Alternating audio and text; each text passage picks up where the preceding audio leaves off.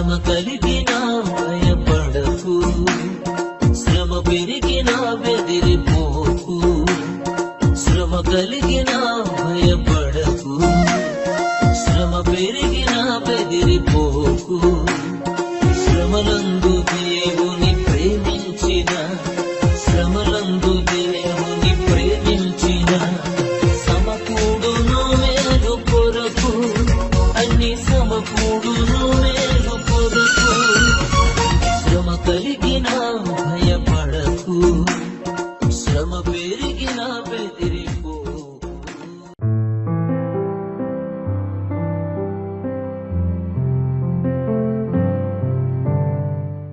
మహాశ్రమలు అనే శీర్షికలో ఇవాళ మనం ధ్యానించేది God will protect you in the times of trial. పరీక్ష సమయాల్లో దేవుడు నిన్ను రక్షిస్తాడు. శ్రమల సమయాల్లో దేవుడు నిన్ను రక్షిస్తాడు. ఈ మహాశ్రమల గురించి ఆలోచన చేసినప్పుడు జరుగుతున్న శ్రమలను ఆలోచిస్తే మనకు ఒక ప్రశ్న వస్తుంది. ఏంటంటే, మేము శ్రమలు పడాలా, మేలా కొట్టబడాలా, తృణీకరించబడాలా అనుకుంటారు. దాని గురించే వీళ్ళు వివరణ ధ్యానిస్తాం. ఈ శ్రమలు అనేవి వస్తాయని కొన్ని వేల సంవత్సరాల క్రితం రాయబడ్డది. ఆ శ్రమల్లో దేవుడు మనల్ని రక్షిస్తాడు అనేది కూడా తెలియచేయబడ్డది. ఎలా రక్షిస్తాడు, మనం ఎలాగ ఆదరించబడతాం అనే వివరణలన్నీ చూస్తామండి. మొట్టమొదటిగా దేవుడు రక్షిస్తాడు అనే దాని గురించి వివరణ కొన్ని పాయింట్లు చూసుకొని బైబిల్ వివరణలోనికి వెళ్దాం. చదువుతలి.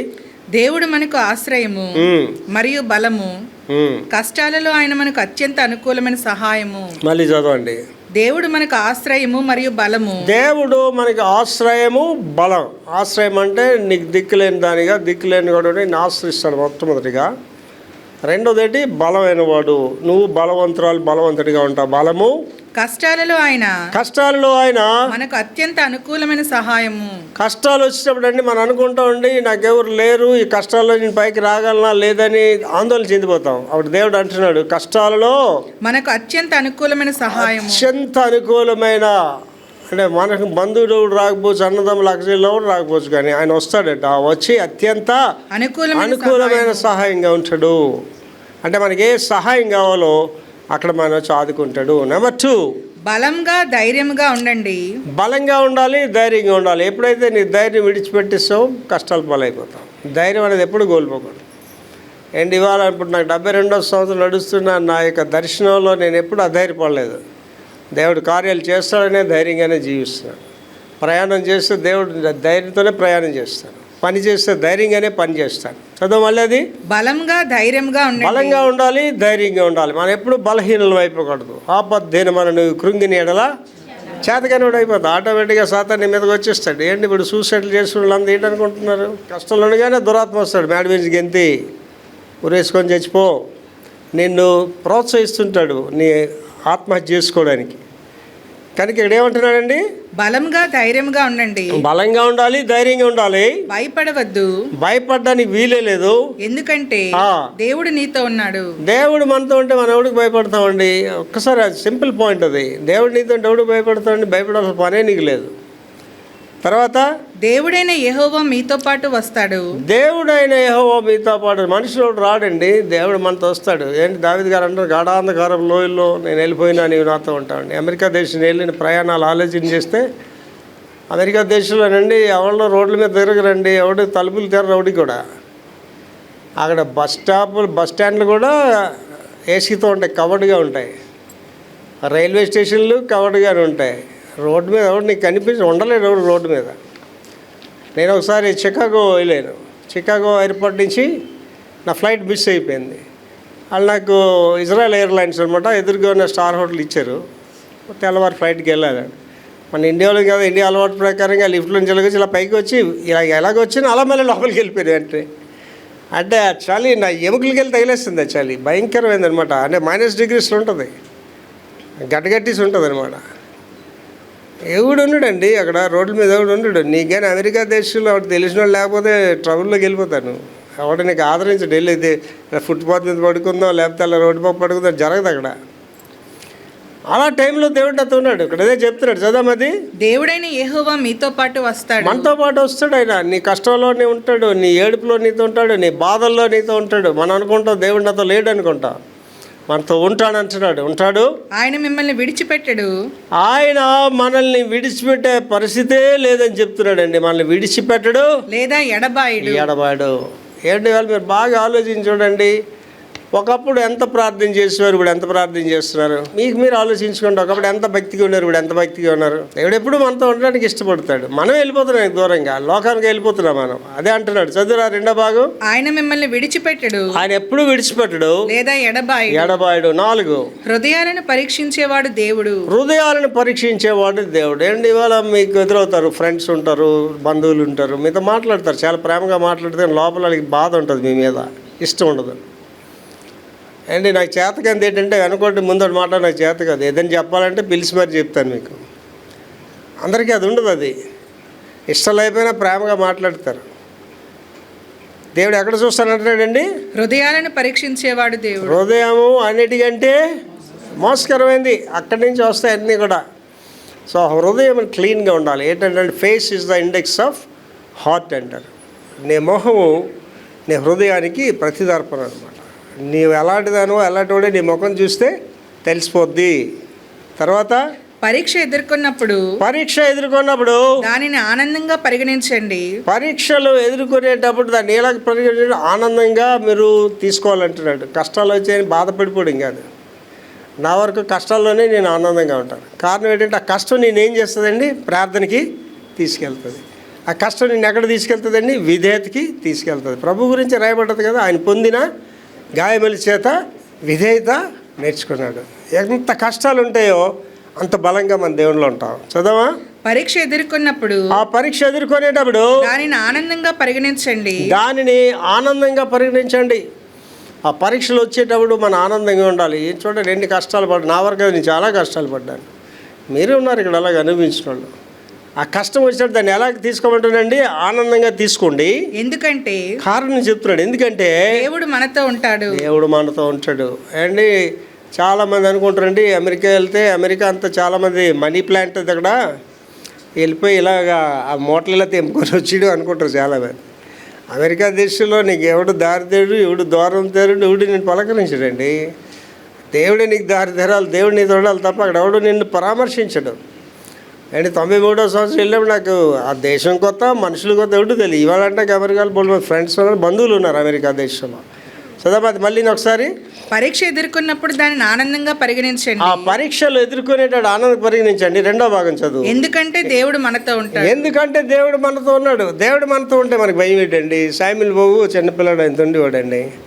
సామ్యూల్ బాబుకి నేను చిన్నప్పటి నుంచి తరబిది ఇచ్చాను. స్టార్ హోటల్ తీసుకెళ్ళడం, ఆయనే ఆర్డర్ చేసుకోవాలి అలా.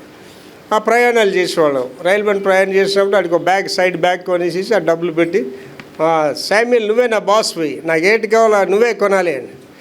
స్టేషన్ రాగానే ఇంకాడే డాడీ ఇది కావాలా అది కావాలా అంటుండేవాడు. ఆడే నాకేది ఇప్పిస్తాడు. ఇప్పుడు ఏంజల్ అయినప్పుడు అలా చేస్తుంది నాకు. ఆడికి ఊరు వెళ్ళేటప్పుడు డబ్బులు ఉండాలి, ఇక్కడ ఇది ఉండాలనే ఆలోచన ఉంటుంది అడిగి. అదే నాన్నతో బయలుదేరిపోతాడు అంతే.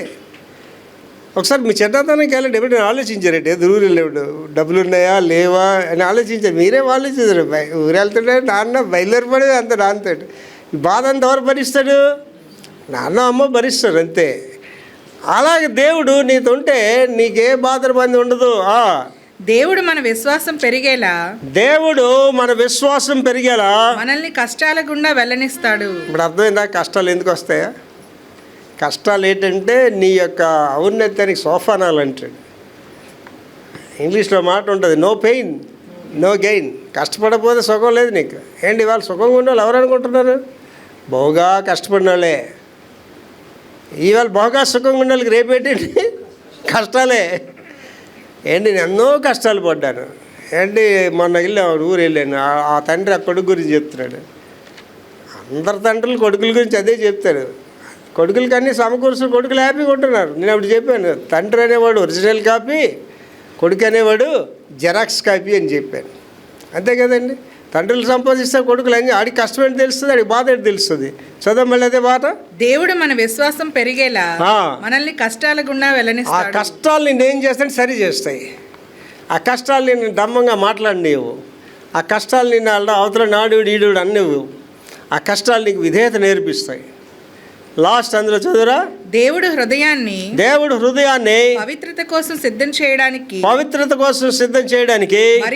మరియు మన ఆధ్యాత్మిక పరిపక్వతను పెంచడానికి పరీక్షలనే ఉపయోగిస్తాడు. మళ్ళీ చదవండి. దేవుడు హృదయాన్ని పవిత్రత కోసం సిద్ధం చేయడానికి, హృదయం శుద్ధి అవడానికి ఏంటి చేస్తాడట, మరియు మన ఆధ్యాత్మిక పరిపక్వతను, హృదయం శుద్ధి అవడానికి ఏంటండి కష్టాలు పంపిస్తాడట. తర్వాత మరియు మన ఆధ్యాత్మికంగా ఉన్నతమైన స్థితిలోకి వెళ్ళాలంటే పరీక్షలను ఉపయోగిస్తాడు. ఈ పరీక్షలన్నీ పంపిస్తాడు. శ్రమలు ఎప్పుడైతే నీకు వచ్చాయో నువ్వు అర్థం చేసుకోవాల్సింది ఏంటంటే నువ్వు దేవునిలో ఉన్నావు అన్నమాట. నా మాట కాదు, బైబిల్ మాటే. క్రీస్తు యేసునందు సద్భక్తితో జీవింప ఉద్దేశించువానికి శ్రమలు తప్ప. మీరు ఒకసారి ఆలోచన చేసుకోండి. మీరు కూడా దేవుడికి దూరంగా ఉండే డేస్ ఉంటావు, ఓసారి ప్రార్థన జీవితంలో రోజులు ఉంటాయి. అప్పుడు బాగానే ఉంటారు. ప్రార్థన ఎప్పుడైతే మొదలుపెట్టో కష్టాలు స్టార్ట్ అవుతాయి. ఎప్పుడైతే భక్తిగా ఉండడం ప్రారంభిస్తారో, ఓరు ఈడు భక్తులు అయిపోయాడు, ఇది భక్తులు అయిపోయాడు ఉండే పాస్టర్ గారు చెప్తానే నీ గురించి అంటుంటాడు. ఆవిడికి భక్తిగా ఉండడం కంటే భక్తిగా లేకుంటుంటేనే బాగుంది అనిపిస్తుంది. ఆలోచించండి, భక్తిగా పాపం ఉన్న దానికి ఇంట్లో అందరూ దాన్ని తిడతారు. ఎవరైనా భక్తిగా ఉన్నాడానికి దాన్ని ఎవడు ఇష్టపడ్డు ఇంట్లో. కనుక ఈ పరీక్షలు నిన్నేం చేస్తాయండి, ప్రభువులోనికి నడిపిస్తాయి, బలపరుస్తాయి. బైబిల్ వివరణలోకి వెళ్తున్నాడు, అదే మూలవాక్యం. రాబోవు శోధన కాలంలో దేవుని రక్షణ. రాబోవు శోధన కాలంలో దేవుని రక్షణ. Book of Revelation chapter 3 verse 10. ప్రకటన గ్రంథము 3వ అధ్యాయం 10వ వచనం. నీవు నా ఓర్పు విషయమైన వాక్యమును గైకొంటివి గనుక, నీవు నా ఓర్పు విషయమైన వాక్యం గైకొన్నావు కాబట్టి భూనివాసులను శోధించుటకు లోకమంతటి మీదకి రాబో శోధన కాలంలో నేను నిన్ను కాపాడేదను. నేను నిన్ను కాపాడుతాను. దేవుడు అంటున్నాడు నిన్ను కాపాడుతాను అంటాడు. ఎందుకు కాపాడుతాను అన్నాడు? మళ్ళీ చదువు మొదటి భాగం. నీవు నా ఓర్పు విషయమైన వాక్యమును గైకొంటివి గనుక. ఓర్పు విషయమైన వాక్యం గైకొన్నాడు. ఆశీర్వాదాలు దేవుడు ఉంటుంది కాబట్టి ఎవడండి ఎన్ని చక్కని మాటలు యేసు ప్రభు గారు చెప్పారు కదా, నా యందు మీరును మీ యందు నేను ఉన్నప్పుడు మీకు ఏది ఇష్టం అడగండి ఇస్తాను. అవి చేయరు. అవి చేయకుంటే దేవుడు ఇచ్చే దేవుడు అంటే దేవుడు ఇవ్వడు నీకు. మళ్ళీ ఇంకో దగ్గర ఏం చెప్పండి, మీరు రాతి మీద కట్టబడిన నిర్మాణంగా ఉండండి. చాలా కష్టం కదా కట్టబడడం, అంత ఈజీ కాదు. అప్పుడు ఏమంటున్నాడు, కష్టాలు వచ్చినా బాధలు వచ్చినా వానలు వచ్చినా వరదలు వచ్చినా గాలి వీసినా ఇల్లు నిలబడుతుంది. మళ్ళీ చదువుతలేదు. నీవు నా ఓర్పు విషయమైన వాక్యమును గైకొంటివి గనుక భూనివాసులను శోధించుటకు లోకమంతటి మీదకి రాబో శోధన కాలంలో నేను నిన్ను కాపాడేది. శోధన కాలం వస్తుంది అందరికీ, ఎవడు రాకుండా ఉండదు, అందరికి వస్తుంది. అప్పుడు ఏమంటున్నాడు, నేను నిన్ను కాపాడుతాను. ఏంటి ఇవాళ అండి నాకు ఈ మధ్యకాలంలో ఎయిడ్స్ ప్రార్థన చేస్తున్నాం. ఒక వారం రోజు నేను చేయటలేదండి, ధైర్యంగా ఉన్నా. అంటే నాకు ఆల్రెడీ తెలిసిపోయింది దేవుడు నా ఆశీర్వాదం రిలీజ్ చేసాడని తెలిసిపోయింది, ధైర్యంగా ఉన్నాను. ఆ ఏడ్చేటప్పుడు నాకేంటంటేనండి, జరగాలి కార్యాలు, దేవుడు చెయ్యాలి. దేవుడు నేను సిద్ధపరిచేటప్పుడు ఏడుపుతో నేను సిద్ధపరుస్తాడు. ఇవాళ నాకేంటండి, నాకు ఇల్లు మీద ధ్యాస లేదు. ఇల్లు కావాలి, కార్లు కావాలి, ఏం అవసరం లేదు. దేవుడు అన్నీ నాకు ఇచ్చాడు. ఏడ్చి ప్రార్థన చేసే అవసరం అసలు నాకు ఏంటి, అవసరమే లేదు నాకు. దేని గురించి ఏడుస్తున్నానండి? సేవ గురించి ఏడుస్తున్నా, సంఘం గురించి ఏడుస్తున్నా, మీ గురించి ఏడ్చి ప్రార్థన చేస్తున్నా. మీ పిల్లల గురించి మీరు ప్రార్థన చేసుకుంటారు, నేను చేస్తాను రెగ్యులర్గా. మీ పిల్లల గురించి, మీ పిల్లల పెళ్ళిళ్ళ గురించి రెగ్యులర్గా ప్రేయర్ చేస్తాను. మీ కుటుంబ కష్టాల గురించి రెగ్యులర్గా ప్రేయర్ చేస్తాను. అంటే ఇవాళ నేను దుఃఖపడుతుంది ఎందుకు, నా గురించి కాదు, ఇతరుల గురించి, సంఘం గురించి. ఒకనాటి ప్రసవ వేదన జనాంగాల్ని రక్షించదు. నీ గురించి నువ్వు ప్రార్థన చేసుకోవడం మంచిదే. నీ కుటుంబం గురించి ప్రార్థన చేయడం, ఇతరుల గురించి చేస్తున్నావా? నువ్వు నీ అన్నదమ్ముల గురించి చేస్తున్నావా, నీ అక్కచెల్లెల గురించి చేస్తున్నావా, బంధువర్గాన్ని గురించి చేస్తున్నావా, దేశం గురించి చేస్తున్నావా? వీళ్ళందరి గురించి చేస్తాను నేను. అదే అంటున్నాడు. అంతా ఒకసారి చదివిరా. నీవు నా ఓర్పు విషయమైన వాక్యమును గైకొంటివి గనుక భూనివాసులను శోధించుటకు లోకమంతటి మీదకి రాబో శోధన కాలంలో నేను నిన్ను కాపాడేది. అంటే ఏమంటాడు, శోధన కాలం ఒకటి వస్తుంది, కష్టకాలాలు వస్తాయి, అప్పుడు మాత్రం నేను నీతో ఉంటాను, నువ్వేం భయపడదు. నెంబర్ 2, భక్తులను శోధనలో నుండి తప్పించుట. భక్తులను శోధనలో నుంచి తప్పించుట. భక్తిహీనుడికి దీనికి సంబంధం లేదు. భక్తి లేనాడు ఆడు ఇష్టం పోవడం, బతికినాడు చచ్చిన ఒకటే. అదే ఏంటంటారండి తెలుగులో పద్యం, పుట్టలో అనే చదవలు పుట్టవా గిట ఆడు అనమాట భక్తిహీనుడు అనేవాడు. కానీ భక్తుల గురించి చెప్తున్నాడు, భక్తులను శోధనలో తప్పిస్తానంటాడు. 2 పేతురు 2వ అధ్యాయం 9-10 వచనాలు. 2 పేతురు 2:9-10 వచనాలు. భక్తులను శోధనలో నుండి తప్పించుటకును, భక్తులను శోధనలోని తప్పించుటకు, దుర్నీతి పరులను ముఖ్యముగా మలినమైన దురాశలు కలిగి శరీరానుసారముగా నడుచుకొనుచు. అక్కడ ఆపుదాం అండి, మళ్ళీ చదువు మొదటి నుంచి. భక్తులను శోధనలో నుండి తప్పించుటకును. This is a granted. నువ్వు భక్తిగా ఉన్నావా, శోధనలో తప్పించబడతావు, ఇంక అందులో సందేహం లేదు. దైవ భక్తి ఈ లోకంలో రానున్న లోకంలో లాభసాధకమైంది. ఏంటి ఇవాళ చెప్తానండి, ఇవాళ కూడా చెప్తాను, నాకెవడు సాయం చేసినాడు ఎవడు లేడు, నాకెవడు ఆదరణ ఎవడు లేడు, దేవుడు తప్ప. ఏంటంటున్నాడండి, భక్తులను శోధనలో నుండి తప్పించుటకు. నీ శోధనలో నుంచి తప్పిస్తాడు దేవుడు, నీ బాధల్లో నుంచి తప్పిస్తాడు, నీతో ఉంటాడైనా, నేను కాపాడుతాడు, నేను ఆదరిస్తాడు దేవుడు. ఈ భక్తి అనేది ఏంటంటే నీకు ఈ లోకంలో లాభసాధకం అయిపోతుంది. అండి నాతో పనిచేసిన షిప్యార్డ్లో వాళ్ళు ఇవాళ టికెట్ ఆర్డర్ సర్వీసులలో ఉన్నారండి. దేవుడు అలా నన్ను ఆశీర్వదించాడు. దయచేది అక్కడ భక్తిగా ఉండడం వల్లే. అండ్ ఇవాళ నాకు దేవుడు ఏమవుతుంది ఆశీర్వాదాలు మీకు చెప్తారండి, చాలా అద్భుతమైన దీవెన నాకు ఆల్రెడీ చూపించాడు దేవుడు. దేవుడు ఇంకొక లెవెల్కి తీసుకెళ్తున్నాడు ఈ సంవత్సరం మన సంఘాన్ని. ఏంటంటే దీనికి మూలం తెలివితేటలు కాదు, బంధువర్గం కాదు, బ్యాంక్ బ్యాలెన్స్లు కాదు. ఏంటండి భక్తి, గాడ్లీనెస్ అన్నాడు. ఆడపిల్లలు ఉన్నారు, నీకు వెళ్ళి కావాలా, మీ నాన్న ఏం చేయలేడు, మీ అమ్మ ఏం చేయలేడు, ప్రార్థించే దేవుడు నీకు అత్యున్నతమైన భర్తను తీసుకొచ్చేసి. నీ భక్తి నిన్ను అవమానానికి తీసుకెళ్తండి, నీ భక్తి నిన్ను విడిచిపెట్టదు. ఏంటి వాళ్ళు చూడండి, కొరకొరగా భక్తి ఉన్నోళ్ళే బాగుంటే, భక్తి ఉంటే ఎలాగుంటుంది నీ జీవితం వస్తుంది ఆలోచించేయండి. ఏంటి వాళ్ళు నేను ఉన్నానండి, నా తోట వాళ్ళందరూ చాలామంది చచ్చిపోయారు. బతుకున్నోడు నా స్థాయిలో లేడు. ఇవాళ నేను రేపు వెళ్ళిపోతున్న స్థాయికి ఎవడు రాలేడు కూడా. అటువంటి స్థితికి దేవుడు నన్ను తీసుకెళ్ళిపోతున్నాడు. అందుకే ఏం చేశాడు దేవుడు, ఇందాక చదివాం కదా, శ్రమల్లోంచి నీకు తరబీదు చేస్తాడని. ఇవాళ శ్రమలన్నిటి వల్ల నేను విధేయత నేర్చుకున్నాను, శ్రమలన్నిటి వల్ల భ్రష్టులు అయిపోకుండా ఉండడానికి నేర్చుకున్నాను. ఇవాళ చాలామంది భక్తులు భ్రష్టులు అయిపోయారు కదండి. ఒకసారి కోట్లు చూడగానే భ్రష్టులు అయిపోయారు. ఒకడైతే పిచ్చోళ్ళగా ఆ టీవీలో పిచ్చోళ్ళ పోతుంటాడు వాడు. ఆశీర్వాదాలు రావడం ఎంత ముఖ్యం, ఆశీర్వాదం నిలబెట్టుకోవడం అంత ముఖ్యం.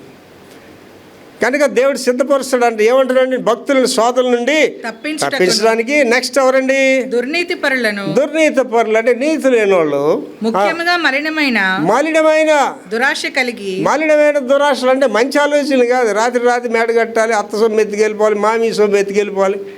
ఏమంటే మా నాన్నగారు మాకు నేర్పించింది ఏంటంటే, కోటాను రూపాయలు ఉన్న ఇది కాకపోతే ముట్టుకోద్దని నేర్పించాడండి. మా నాన్నగారు 4 కొడుకులకి కట్న కానుకలు తీసుకోలేదండి. అండ్ కొంతమంది పిల్లలు ఉంటారు, అంటే పెద్దవి కూడా అమ్మ నాన్న దగ్గర ఇంట్లో కూర్చొని తింటుంటాడు. అని చూస్తేనే నాకు అసహ్యం వేస్తుంది. మా నాన్నగారు చెప్తున్నాడు, ఇదే వీళ్ళు డాడీ ఇదే నేను కట్టిస్తాను ఇల్లు చూడ్డాడు అని. నేను కట్టించిన మా నాన్న లేడు. నాకు ఎలాగనిపిస్తుంది అంటే, మా నాన్నకి 2 చేతులు ఉన్నాయి, నాకు 2 చేతులు ఉన్నాయి, నాకు 2. మా నాన్న ఇల్లు సంపాదించి నేనంతే సంపాదించలేనండి. చాలామంది సిగ్గు లజ్జ లేకుండా అమ్మని నాన్న అలా వేధించుకొని తింటారు. ఆ అమ్మ పాప సచ్చి వరకు వాళ్ళు పోషిస్తూనే ఉంటుంది పిల్లల్ని. ఆ తండ్రి వాళ్ళు పోషిస్తూనే ఉంటాడు. చెప్పమది దుర్నీతి పరులు ముఖ్యంగా మలినమైన దురాశ కలిగి. ఏమి దురాశలు అండి అవి, మలినమైనవి.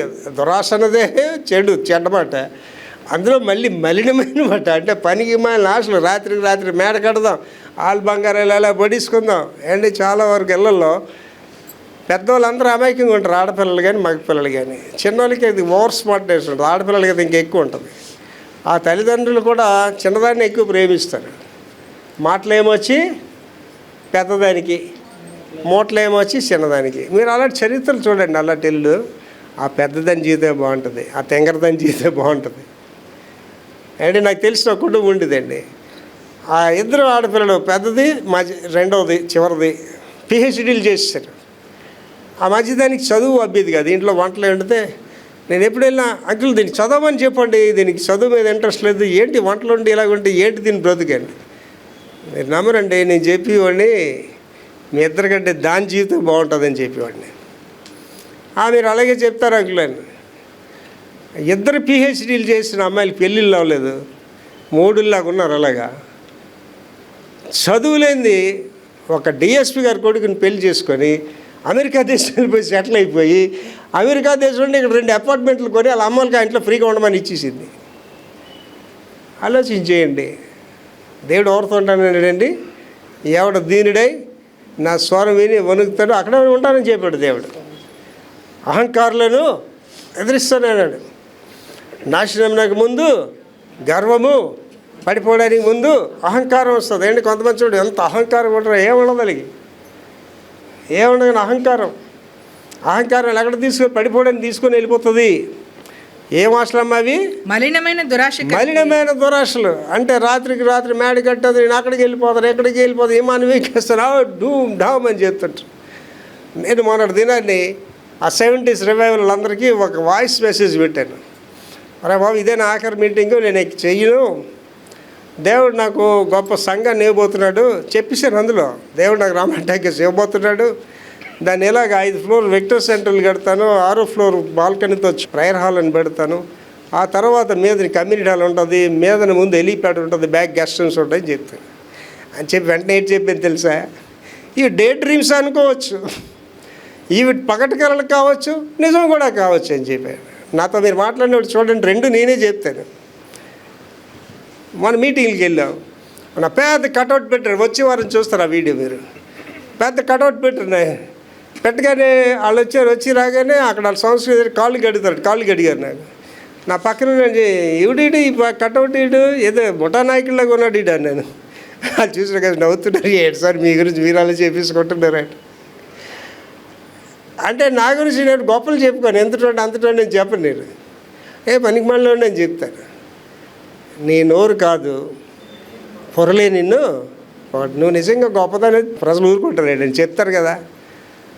నేను ఎక్కడికి వెళ్ళా సైలెంట్గా కూడా ఏం మాట్లాడను, కానీ నా గురించి వాళ్ళే చెప్తారు, అయ్యగారు అంతటో అని చెప్తారు. ఏమది? మలినమైన దురాశలు శరీరానుసారంగా నడుచుకోవడం అంటే నేను శరీరాశలు తిందామా, తాగుదామా, పడుకుందామా. ఏ పనికి మళ్ళీ డిపార్ట్మెంట్స్ చాలా ఉన్నాయని మనకు అనవసరం లేండి. శరీరాశలు ఉన్నాయి కదా, స్పష్టమైనవి ఏవనగా నేత్రాశ, జీవడంబము, శరీర కోరిక. ఏదమ్మా చదువు మళ్ళీ. శరీరానుసారంగా అంటే శరీరం ఏం చేస్తే అలాగే పడుకో, తిను, ఊరి మీదకి వెళ్ళిపో, తాగు. ఇక ఆత్మ మాట ఏంటాడు, శరీరం ఏం చెప్తే అదే చేస్తాడా. ప్రభుత్వమును నిరాకరించి శిక్షలో చాలా ఇంపార్టెంట్ థింగ్ అండి ఇది. ఇది ఆధ్యాత్మికంగా, కుటుంబ పరంగా, సంఘపరంగా పనికొచ్చిన మాట ఇది. చదవా. ప్రభుత్వమును నిరాకరించడం అంటే గవర్నింగ్, రూలింగ్ని నిరాకరించడం. ప్రభుత్వం అంటే ఇళ్ళ దగ్గర మొదలు పెడదాం. ఇంట్లో ప్రభుత్వం ఒకటి చేయాలా, భర్త చేయాలా, తండ్రి చేయాలా, ఆడ పనికి మొదలెడైతే వాళ్ళ కర్మ అది అంతే. కానీ ఇల్లు ఎవరితో నడిపించాలా, వాడే ప్రభుత్వం చేయాలా. అందుకేమన్నాడండి ఎఫెసీ రాస్తూ, స్త్రీలారా ప్రభువులకు వలె మీ సొంత పురుషులకు లోబడి. అంటే ఏంటంటే ఆ ప్రభుత్వానికి లోబడి ఉండాలి. అండి నా భార్య కానీ నాకు లోబడి ఉండిపోయి నేను ప్రసంగాలు చేయనండి. పాస్టమ్ గారు నా మాట విధిగా వినాలంతే, సామీల్ బాబు విధిగా నా మాట వినాలంతే, వినకపోవడానికి పరిస్థితులకి రాదు. ఏటమి ఇక్కడ ప్రభుత్వాలు నిరాకరించు. ఆలోచించండి. చదువుతున్నావో అమ్మ, అందంగా ఉన్న నా పిల్లలారా, మీ భర్త ప్రభుత్వానికి మీరు నిరాకరిస్తున్నారా, లోబడి ఉన్నారా? నేను అలా కదమ్మా, స్త్రీలారా మీ పురుషులకు లోబడి ఉండాలంటే అలాగే చెప్తాడులే. ఈ పాస్ట్ ఆర్డమెంట్స్ వేయండి, ఇలాంటి తాగుబోతు మొగుడు ఉంటే అప్పుడు వీడికి తెలుస్తుంది నా బాధ అని అనుకోరా. తాగుబోతు భర్తలతో భార్యలు పడే బాధలన్నీ ఎవడు వర్ణించలేడు, ఆవిడికే తెలుస్తుంది. ఆ ఆనందం అంతా ఆవిడికే అర్థమవుతుంది, పక్కింటోటికి ఎదిరింటోటికి అర్థం కాదు. అర్థమైందండి? ఏటమ్మా? ప్రభుత్వం నిరాకరించి. నెంబర్ 1 అది కుటుంబ ప్రభుత్వం నిరాకరణ. చర్చ్ కూడా ప్రభుత్వమే కదా. పాస్టర్ గారి మాట వినాలో వద్దా? ఎంతమంది పాస్టర్ గారి మాట వింటారు? అలాగే చెప్తారులే పాస్టర్ గారు, ఆయన మాట వింటే మనకి ఎలాగవుతుంది అనుకున్న వాళ్ళు ఉంటారు. అసలు ఎందుకంటారు తర్వాత చెప్తున్నాడు. చదవమా. శిక్షలో ఉంచబడిన వారిని తీర్పు దినం వరకు కావలిలో ఉంచుటకు ప్రభువు సమర్థుడు. ఏంటి వీళ్ళందరికీ ఏంటి వచ్చిందట? శిక్ష వచ్చేసింది వాళ్ళ మీదకి.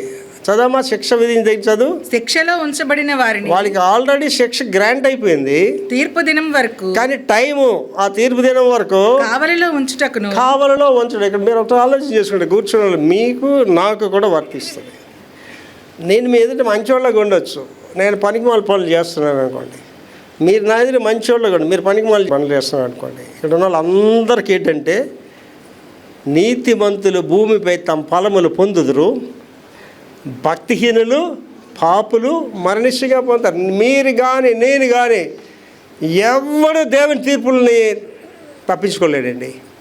నేను ఉదయమే చెప్తున్నాను, మా శామిల్ బాబు గారికి చెప్పాను, వెంకట ప్రభాకర్ అంటే నచ్చినోడు ఏదో చెప్తాడు ఏంటి. నేను దినాన్ని నా మీటింగ్లో నేను ఫస్ట్ టైం అలా చేయడం పరిశుద్ధాత్మ దిగి రావాలని ప్రార్థించి అందరి మీద పరిశుద్ధాత్మ వచ్చిందండి. ఫస్ట్ టైం నేను చేయడం అలాగా. నేను చెప్పాను వెంకట ప్రభాకర్ చెడ్డోడని నువ్వు చెప్పొచ్చు, లేకపోతే నేను ఎవరైనా చెడ్డదని చెప్పొచ్చు. నువ్వు చెడ్డదానువో నేను చెడ్డోడినో మంచోడిని ఏంటి మాట్లాడుతుందండి, నీ బ్రతుకు మాట్లాడుతుంది. అంటే 72 సంవత్సరాలు బీపీ లేకుండా షుగర్ లేకుండా జబ్బులు లేకుండా అధికారంతో నేను ఉంటాను. ఎక్కడైనా నా మాట ఒకటి వినాలి తప్ప ఎవడి మాట నేను విన్న, ఎంత పెద్దోడైనా సరే నా మాట వినాలంతే. ఇది ఎక్కడి నుంచి వస్తుందండి? ఇది దేవుడి దగ్గర నుంచి వస్తుంది. దేవుడు నా దగ్గర లేకపోతే నేను ఎప్పుడో కాళ్ళు చేతులు పడిపోయి అక్కడ మూలకు పోవాల్సిన వాడినే. కనుక ఏమంటున్నాడండి, చదవా మాట, శిక్షలో ఉంచబడిన వారిని శిక్షలో ఉంచబడతాం. ఎప్పటి వరకు? అది తీర్పు దినం వరకు. అంటే ఇంగ్లీష్లో ఒక మాట ఉంటుంది, every dog has it own day అంటాడు. అండ్ కొంతమంది ఇలా చూస్తాంలో నీ సంగతి ఏంటనుకుంటున్నాంట, ఈ తెలివైన వాళ్ళు అలా చూస్తారు. ఉందిలే నీకు ఇన్ ఫ్రంట్ క్రాకడైల్ ఫెస్టివలే, ఉందిలే ఇంకా బాగు, ఇంకా తిట్టు. అంటే నాకు కీడు చేసినాడు ఒకరోజు కబురు పెట్టాడు నాకు, ఎవరితో మా చెల్లితో. మళ్ళీ ఆయన వచ్చి నా కాళ్ళ మీద పడమాను, నేను నన్ను క్షమించి వదిలేస్తాను. చెల్లి ఏమనిపించుకోకుండా నా కారు ఇస్తాను వెళ్ళి, నేను చెప్పిన మాటలని చెప్పాను. నీకు కీడు చేయడానికే పుట్టావు, నీకు మేలు చేయడం చేత కాదు, మేలు చేయడం నీకు రాదు నీకు. కానీ నేనేం చెప్తున్నానంటే నువ్వు చేయాలని కీడు త్వరగా చేయి అని చెప్పానండి. నేను ఎవరిని రిక్వెస్ట్ చేయను నాకు ఈ కీడు చేయొద్దని, చేయమని చెప్తాను. బెదిరించారా? బెదిరింపు నేను లోబడినా, లొంగ బెదిరింపులకి. ఎవడేం చేస్తాడు, చేయండి సార్ అని అంటాను అంతే.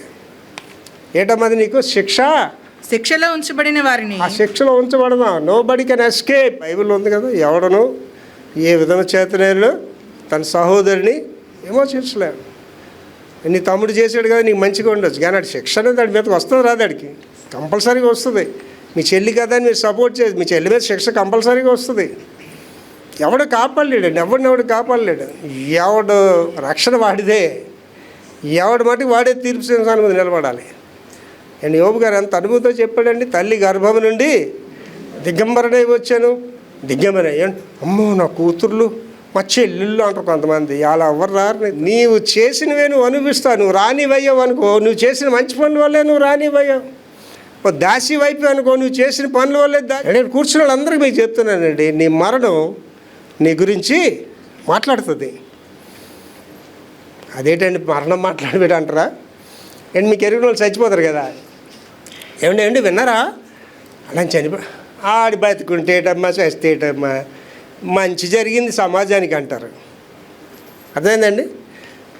అలాగే మరుసటి రోజు వచ్చి అమ్మమ్మ ఆయన చనిపోయాడు, అమ్మో దేవుడు అమ్మాయినా అంత మంచి ఆయన చనిపోయాడా అని అంటారు. అర్థమవుతుందండి? నీ కర్మ నువ్వే అనుభవిస్తావు, నా కర్మ నేనే బైబిల్లో ఉండేటండి కర్మ సిద్ధాంతం అంటే ఎందుకు లేదు? మీరు గ్రామాలకు వెళ్తారు కదా, సువార్త ప్రకటిస్తారు కదా, వాళ్ళు వినరు కదా, ఏం చేయమన్నాడు దేవుడు అక్కడ? పాద దులిపి వెళ్ళిపోండి. ఏడ్ చేస్తుందండి ధూళి? ప్రభు రాజ్యంలో సాక్ష్యం చెప్తుందట. ఇప్పుడు మీరు ఇక్కడ ఎవరైనా నా మాటలు వినిపించుకోకుండా ఈ పాస్ట్ గారు ఎలాగే వాగుతాడు, అసలు మొదటి సర్వీస్కి వెళ్ళిపోతే బాగుంది చక్కగా వినిసి హ్యాపీగా ఇంటికి వెళ్ళిపోవచ్చు. ఈ పాస్ట్ దగ్గరకు వస్తే ఏడాలో తెలదు, నవ్వాలో తెలియదు, నాకు చెప్తున్నాడు తెలియదు, పక్కదాన్ని చెప్తున్నాడు తెలియదు అని ఉంటారు. కానీ ఆ రోజు వస్తుంది చూసారా, ఆ రోజు చెప్తాడు దేవుడు, ఎన్నిసార్లు చెప్పాడే నీకు నా కుమారుడు, ఆవేళ వినిపించుకుంటే నువ్వు బతికుంటే దాని అని చెప్తాడు దేవుడు. ఏంటో చదువు అక్కడ, శిక్షలో ఉంచబడిన వారిని తీర్పు దినం వరకు కావలిలో ఉంచుటకును. ఇప్పుడు అసలు సంగతి చెప్తున్నాడు చూడండి, క్యారెక్టర్స్ చెప్తున్నాడు. ఏంటి? ప్రభు సమర్థుడు, వీరు తెగువగలవారు. ఇది వాళ్ళ క్యారెక్టర్ ఏంటండి? వీరు తెగువగలవారు, స్వేచ్ఛాపరులై మహాత్ములను దూషింప వెరకైనారు. 3 స్టెప్పులు చెప్తారు. మళ్ళీ చదువు. వీరు తెగువగలవారంటే ఆడేటండి, ఆడితే మాకేటండి? అంటే నేను కొన్నిసార్లు కొంతమంది కనికరపడి కారు ఎక్కిస్తాను. అది కారు ఎక్కని కూర్చోండి, ఎంత ఖరీదు కారు? 36 లక్షలా? నేనైతే ఇంకా ఖరీదైన కారు. ఆడి తినడానికి ఏమి ఉండదు అడిగి. అంటే ఎక్కగానే వాడికి ఏం మాటలు వస్తాయండి? అసూయ మాటలు, అంటే తెగువ మాటలు. కొంతమంది చూడండి, ఆడవుడు అనేది లెక్క చేయాలి, ఈవిడెవరు ఈవిడేది అంటే తెగించడం అనమాట. ఏమి ఉండదు వాళ్ళకి మళ్ళీని. కానీ మాటలు ఎలా ఉంటాయండి? అహంకారంగా ఉంటాయి. తెగువ గలవారు స్వేచ్ఛాపరులు అంటే ఎవరిని లెక్చారు? అన్నదమ్ములు లెక్చారు, అక్కచెల్లిని లెక్చారు, ఎవరిని లెక్చారు? నేనే రాని అంటది, నేనే రాజుని అంటారు. They don't care anybody. చాలామంది ఉంటారు అలాంటి వాళ్ళు మన కుటుంబాల్లో, ఎవరిని లక్ష్య పెట్టరు. కానీ కుటుంబం ఏంటంటే బంధుత్వం వల్ల చెల్లని, అక్కని, అన్ని అని, తమ్ముడని వాళ్ళు భరిస్తుంటారు. ఏంటంటే వాళ్ళు స్వేచ్ఛాపరులై ఉండి మహాత్ములను దూషింప వెరవకున్నారు. దీనికి మళ్ళీ బోనస్లే అనమాట. ఎవరిని దూషిస్తున్నారంటండి? మహాత్ములను, మంచోళ్ళని. ఒక అమ్మాయి ఉండి రావడం మనిషి బాధ కలిగి, అమ్మ మీ పాస్టర్ గారి బోధన ఎలాగుంటే గుద్దిసినట్టు ఉంటాయండి చెప్తే. ఇప్పుడు రావడం మనిషి మరి ఎక్కడికి వెళ్ళిపోయింది అది. వాళ్ళ నాన్న కవరి పెట్టి బాబు రమ్మని రా నీ కూతురిని మళ్ళీ అని. వాళ్ళ అమ్మ చచ్చిపోతే నేనే సమాధి చేశానండి. వాళ్ళ అమ్మ చచ్చిపోతే నేను నా ఇంట్లో మనిషి చచ్చిపోయిన డేట్ చేయనండి. చర్చి డబ్బుతో సమాధి చేసామండి. దానికి ఎన్నో చేసామండి. కోపం అనమాట. ఏంటండి ఇదే? ఆ అమ్మాయికి ఎంత తెగవంటే ఎవడినైనా ఇంతే ఉంటుంది. మళ్ళీ ఎవడినైనా డోంట్ కేర్ అంటుండదు. నేను తెగవ లెక్కలేని తను. రెండో తర్వాత స్వేచ్ఛానుపరులు వాళ్ళు ఎవరికి లోబడి ఉండరండి.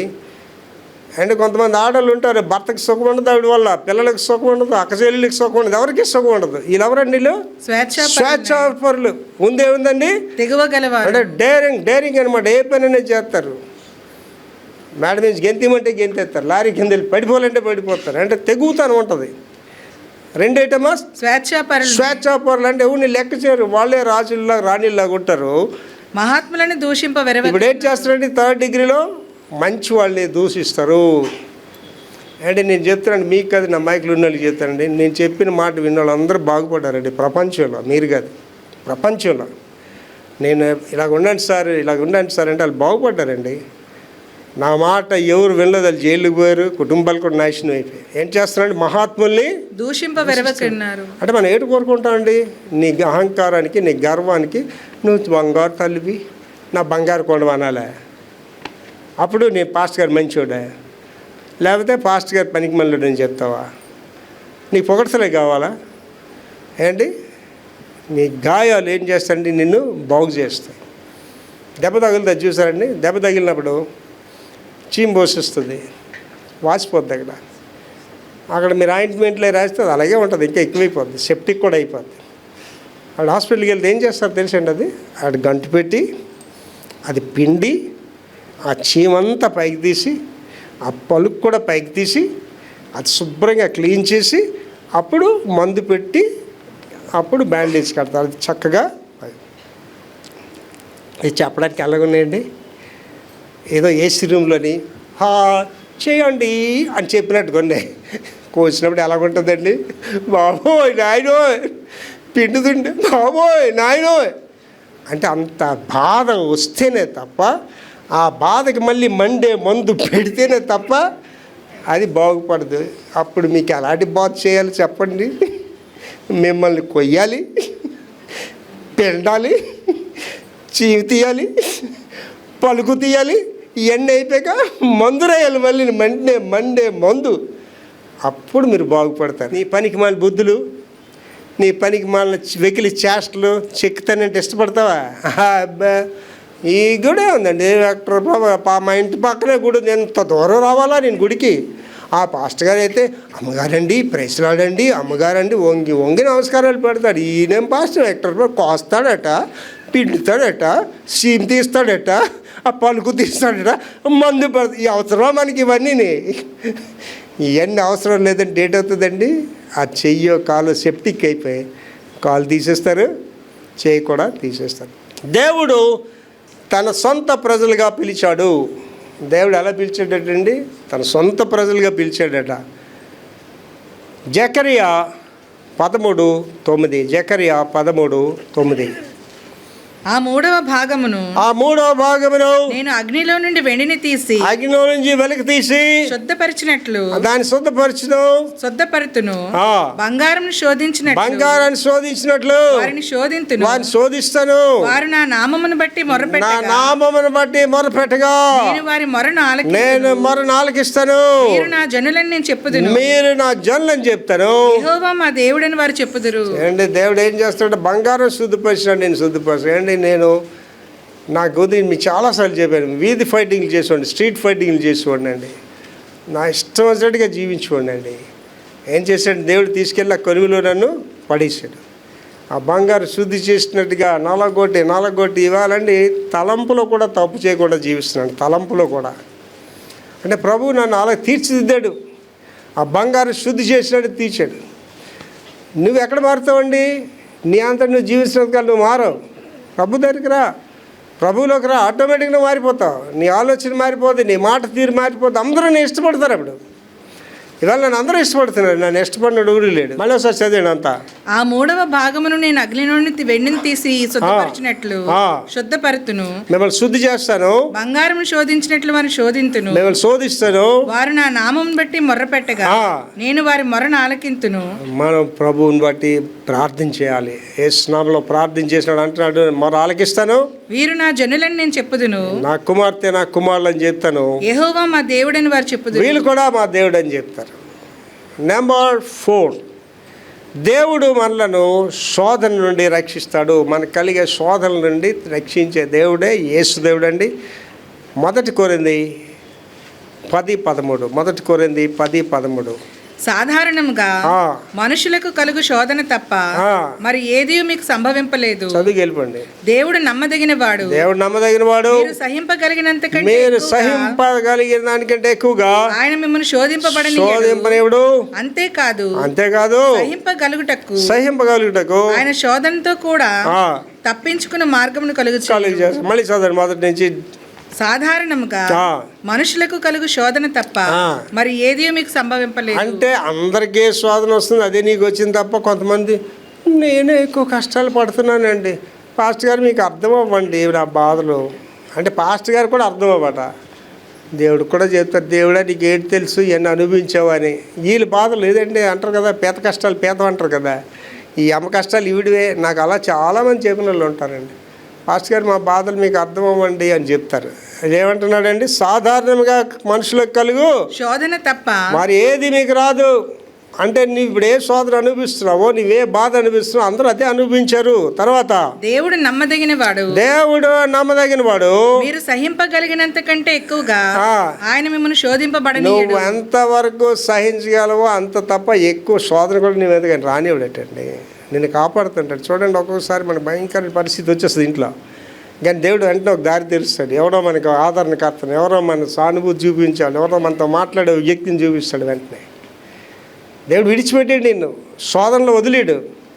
తర్వాత అంటున్నాడు అంతేకాదు సహింపగలుగుటకు ఆయన శోధనతో కూడా తప్పించుకున్న మార్గమును కలుగచ్చు. ఈ శోధనలో నుంచి ఏంటి చూస్తాడండి? నీకు ఎప్పుడు ఒక తలుపు తెరిచి ఉంటుంది. ఇక్కడ ఉన్న వాళ్ళందరూ గమనించుకోండి. నాకు అన్ని తలుపులు మూయవేయబడ్డాయి, నాకు దారి లేదు, ఎవరు నన్ను ఆదరించడం లేదు, నేను దిక్కులేని వాడిని మాత్రం అనుకోకండి. ఒక డోర్ ఎప్పుడు ఒక మనిషికి ఓపెన్ చేసి ఉంచుతాడు దేవుడు. ఒక తలుపు నీకు తెరిచిపడి ఉంటుంది ఎప్పుడు కూడా. ఆ తలుపు దగ్గరికి వెళ్ళకుండా మూసేసిన డోర్ల దగ్గరికి వెళ్ళి ఆ డోర్లు కొట్టడం వల్ల తెరవబడవు. అవి ఏ తలుపు తెరవబడదు అక్కడ నువ్వు వెళ్ళాలి. అది ఎక్కడ తెలుసుకుంటావు అండి? దేవుళ్ళలోనే తెలుసుకుంటావు. శోధన చూసి ఆశ్చర్యపోకుడి. ఈ శోధనలు వచ్చే బాబు ఇన్ని కష్టాలు ఆయన బాధలు అనుకోవద్దని చెప్తున్నాడండి. 1 పేతురు 4:12 ప్రియులారా మిమ్మును శోధించుటకు మీకు కలుగుచున్న అగ్ని వంటి మహాశ్రమను గూర్చి. ఏ శ్రమలండి? అగ్ని వంటి మహాశ్రమల గురించి మీకేదో ఒక వింత సంభవించినట్లు ఆశ్చర్యపడకండి. ఈ అగ్ని వంటి సంపదలోకి వచ్చేసే నాకే శ్రమలు వచ్చి అనుకోకండి. ఇంతకుముందు అలా అనుభవించారు ప్రజలు, ఆ శ్రమంలో నుంచి అందరూ వచ్చారు. నేను ఉన్నాను అనుకోండి, నేను ఇవాళ శ్రమంలోనే ఉన్నాను. దేని గురించి? సువార్తని గురించి, సేవల గురించి శ్రమంలో ఉన్నాను. నేను ఒక్కడే శ్రమ పడిపోయినా? పూర్వీకులు శ్రమ పడ్డారు, అపోస్తలులు శ్రమ పడ్డారు, మా పితరులు శ్రమ పడ్డారు, అందరూ పడ్డారు. నేను కూడా పడుతున్నాను తప్ప నాకేం కొత్తగా వచ్చేసింది ఏం కాదని చెప్పి. అందుకే ఇట్లా ఆశ్చర్యపోకండి. లాస్ట్ ముగింపండి. సువార్త లోకమంతటా ప్రకటింపబడుట. ఈ గాస్పల్ అనేది ప్రపంచం అంతా ప్రకటింపబడుతుంది. సువార్త లోకమంతటా ప్రకటించబడుట. Matthew chapter 24:14. మత్తయి సువార్త 24:14. మరియు ఈ రాజ్య సువార్త సకల జనాలకి సాక్ష్యార్థమై లోకమందంతటా ప్రకటించబడును. అటు తర్వాత అంతం వచ్చును. అంటే నేను మొన్న వెళ్ళినప్పుడు నేను కార్లో గదే చెప్పానండి. మేము అదే రిమోట్ విలేజ్ అండి. అది ఆ కొండల్లో ఏదో ఒక మూల విలేజ్, కరెంట్ లైన్ దగ్గర జనరేటర్స్ పెట్టి ఒక చిన్న సామ్రాజ్యం సృష్టించారు వాళ్ళకి. అటు సువార్త ప్రకటించాను. నేను వస్తున్నాను ఏది చెప్పాను, ఇవాళ మన సువార్త ప్రకటిస్తున్నాం సార్, ఇంకా సువార్త ప్రకటించబడాలి. లోకమంతటా సువార్త ప్రకటింపబడిన తర్వాతే అంతం వస్తుంది. ఏ ఒక్కడు కూడా యేసుప్రభు నాకు ఎవరు చెప్పలేదు, చెప్తే నేను నమ్ముకొని అడిగే పరిస్థితి లేదు. అది దేవుడు ఏం చేశాడు, లాస్ట్లో ఏకంగా దేవదూతనే పంపించాడు. మనుషులు ఏముందంటే కొండ ఎక్కొచ్చి ఎక్కలేకపోవచ్చు. ఎన్ని వెళ్ళి ప్రయాణాలు చిన్నవేం కాదు, మామూలు అయితే వెళ్ళలేరు, అక్కడికి వెళ్ళకపోవచ్చు. ఇంకా కొన్ని రిమోట్ విలేజెస్ ఉన్నాయి, అక్కడికి కాలిబాటే వెళ్ళాలి, కార్లో ఏమి వెళ్ళవు. అక్కడ వెళ్ళి ఒకటి సువార్త ప్రకటిస్తాడు. అక్కడేంటి వాళ్ళకి తెలుగు రాదు. వాళ్ళకి నేను తెలుగులో మాట్లాడి ఒరియాలో తర్జుమా చేస్తున్నాను. అక్కడికి ఎవడు చెప్తాడు వెళ్ళి సువార్త అంటే లోకమంతటా సువార్త ప్రకటించబడుతుంది. అండ్ ఇవాళ చూడండి, సువార్త ప్రకటిస్తే కొట్టేస్తున్నారు జనులు. అయినా కూడా ఆగట్లేదు, రాళ్ళు పెట్టి కొట్టేస్తున్నారు, అయినా ఆగట్లేదు. ఎవడు కూడా ఆ బ్యాగులు చింపేస్తున్నారు, అయినా ఆగట్లేదు. వాళ్ళు కొట్టేస్తున్నారు, అయినా ఆగట్లేదు. కారణం ఏంటండి, ఇదే లోకమంతటా సువార్త ప్రకటించబడాలి. అటు తర్వాత అంతం వస్తుంది. అంతం రావాలా వద్దా, మనకి కంపల్సరీగా రావాలి అంతం. ఎందు గురించి అంటే ప్రభు దగ్గరికి వెళ్ళి మనం యుగ యుగాలు జీవించాలి. అదే మహాశ్రమలు. ఇవాళ సబ్జెక్ట్ ఏంటండి, God will protect you in the times of trial. పరీక్ష సమయాల్లో దేవుడు నిన్ను రక్షిస్తాడు, శ్రమల సమయాల్లో దేవుడు నిన్ను రక్షిస్తాడు. కనుక కలుగుతున్న బాధలకి శ్రమలకి కంగారు పడకండి. నేను అందరికీ చెప్తున్నానండి, రాత్రి తర్వాత ఏంటి వస్తుంది, పగలు వస్తుంది. అప్పెక్కిన తర్వాత డౌన్ వస్తుంది, కష్టాల తర్వాత కష్టాలు పడుతున్న వారికి అందరికీ నేను చెప్తున్నానండి, నీ జీవితంలో దేవుడు సంతోషకరమైన దినాలు పెట్టాడు. కళ్ళు మూసుకొని ప్రార్థన చేసుకుందాం.